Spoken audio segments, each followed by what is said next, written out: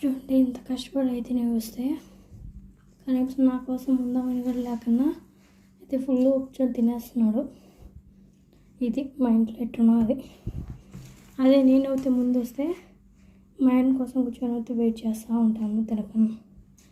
ఇది భర్తలకు భార్యలకు ఉండే తేడా. నేనైతే నడుచుకోవాలి. ఇప్పటికి ఇంకా డోర్ ఓపెన్ చేసి డోర్ దగ్గర ఉన్నా. నేను షూస్ కూడా ఇవ్వలేదు.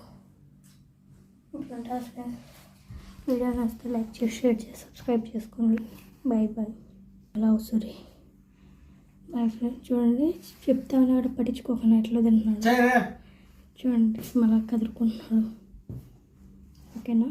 మీ ఇంట్లో కూడా ఎంతేనా చెప్పండి. Bye bye. సబ్స్క్రైబ్.